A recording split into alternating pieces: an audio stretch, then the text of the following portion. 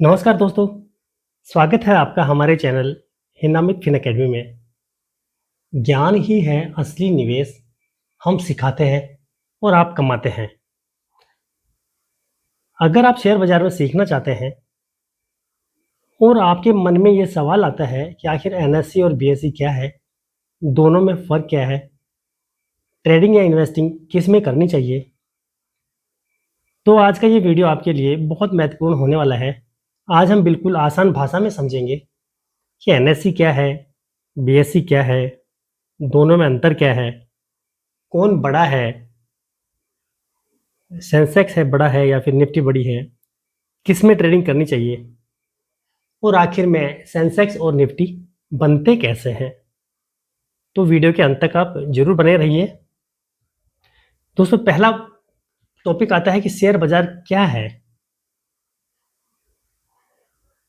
वैसे तो हम इसके बारे में पहले वाले वीडियोज में समझ चुके हैं, फिर भी संक्षिप्त में मैं आपको बता देता हूँ। सबसे पहले समझते हैं कि शेयर बाजार एक्चुअली होता क्या है। दोस्तों, जब किसी कंपनी को अपना व्यापार बढ़ाने के लिए पैसे की ज़रूरत होती है तो वो कंपनी आम जनता को अपनी कंपनी का छोटा हिस्सा बेच देती है और इस हिस्से को हम शेयर कहते हैं। और जहां इन शेयरों की खरीदारी होती है, बिक्री होती है, उसे हम लोग स्टॉक एक्सचेंज यानी शेयर बाजार कहते हैं। दोस्तों, भारत में मुख्यतः दो बड़े स्टॉक एक्सचेंज हैं। इस बारे में पहले वाले वीडियो में चर्चा कर चुके हैं हम लोग। एक बीएससी होता है, एक होता है एनएससी। बीएससी मतलब होता है बॉम्बे स्टॉक एक्सचेंज और एनएससी होता है नेशनल स्टॉक एक्सचेंज। यहीं पर करोड़ों लोग रोज शेयर खरीदते और बेचते हैं। अब सवाल आता है कि बीएससी क्या है, तो हम बीएससी की बात कर लेते हैं। बीएससी का पूरा नाम है बॉम्बे स्टॉक एक्सचेंज। ये भारत ही नहीं बल्कि पूरे एशिया का सबसे पुराना स्टॉक एक्सचेंज माना जाता है। इसकी स्थापना 1875 में हुई थी और बीएससी का जो हेड ऑफिस है वो मुंबई में है। बीएससी में हजारों कंपनियां लिस्टेड हैं।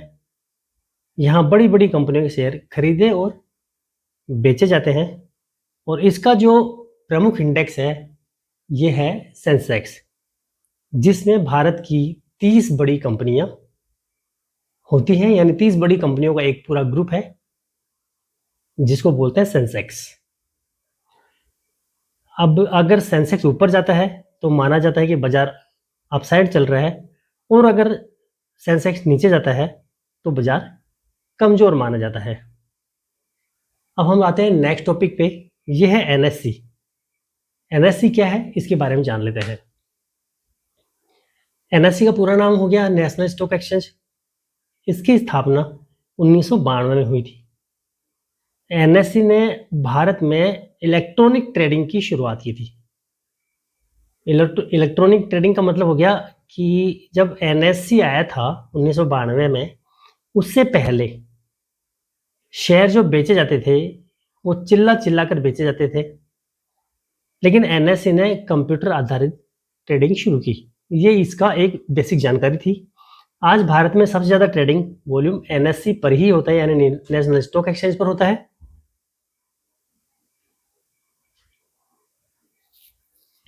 एनएससी का जो प्रमुख इंडेक्स है उसका नाम है निफ्टी, यानी निफ्टी 50 इसको बोला जाता है।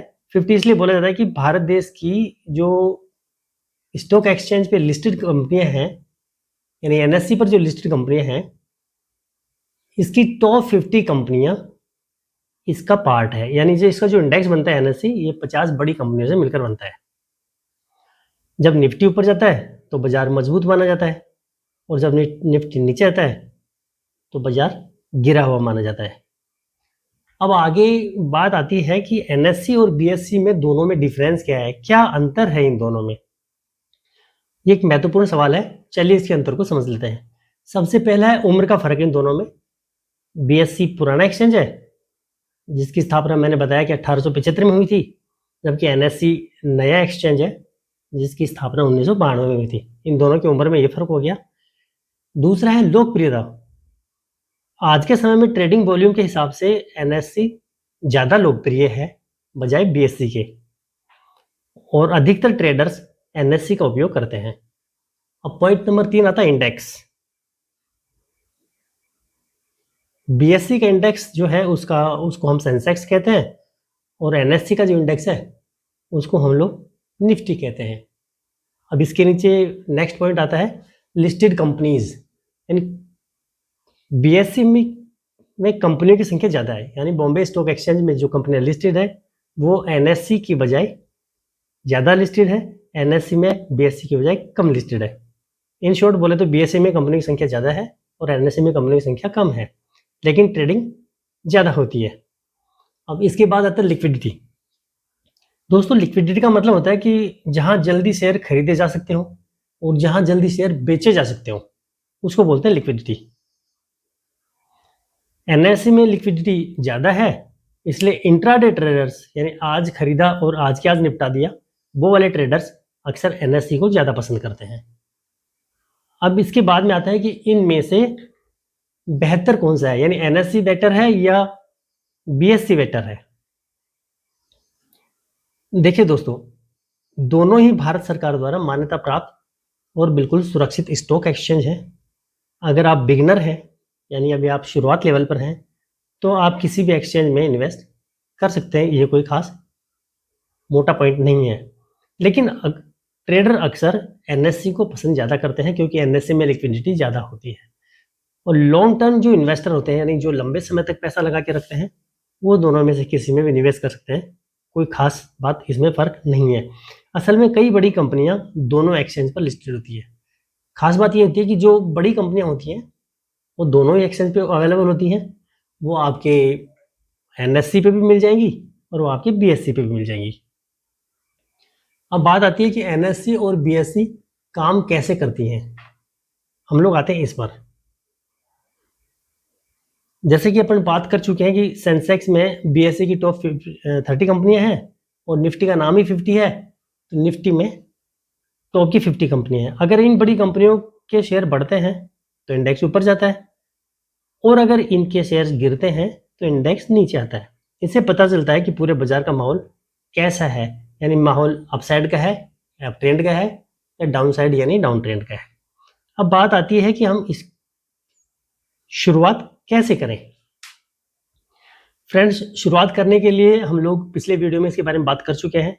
एक डीमैट अकाउंट की आवश्यकता होती है, एक ट्रेडिंग अकाउंट की आवश्यकता होती है, और सही जानकारी की आवश्यकता ये बहुत ज़्यादा ज़रूरी है।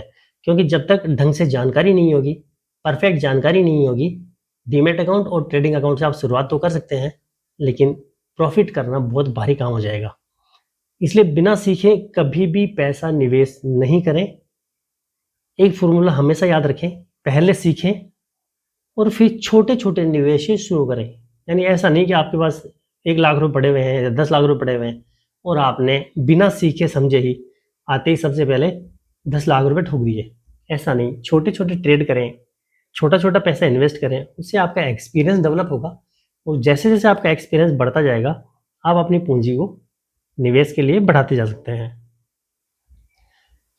दोस्तों, तो आज हमने सीखा इस वीडियो में कि एनएससी क्या होता है, बीएससी क्या होता है, सेंसेक्स और निफ्टी क्या होते हैं, दोनों में क्या अंतर होता है, और बिगनर्स को किसमें ट्रेडिंग करनी चाहिए।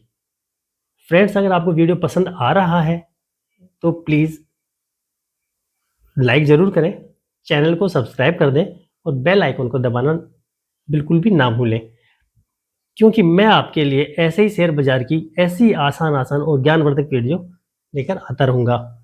बहुत बहुत धन्यवाद। मिलते हैं अगले वीडियो में।